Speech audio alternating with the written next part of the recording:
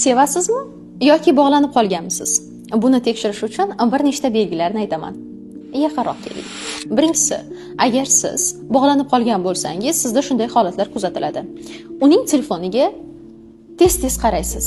Ya'ni undan xabar kelmadimikan deya tez-tez telefonga munkasidan ketish ham bog'lanib qolishning birinchi belgisi hisoblanadi. Ikkinchi belgisi o'ta va haddan ortiq rashk qilish. Uni juda ham rashk qilishni boshlaysiz asosli va asossiz ravishda. Uchinchi belgisi bu u bilan tortishib qolgudek bo'lsangiz, o'zingizni qo'yarga joy topa olmaysiz.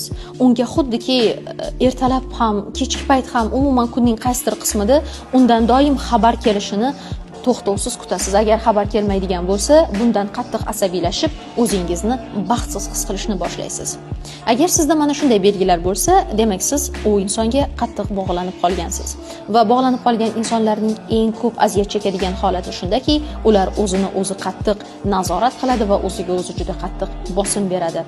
Va bunday munosabatlar ikki kishi o'rtasida doimo janjalli va nizoli ko'rinishda bo'ladi.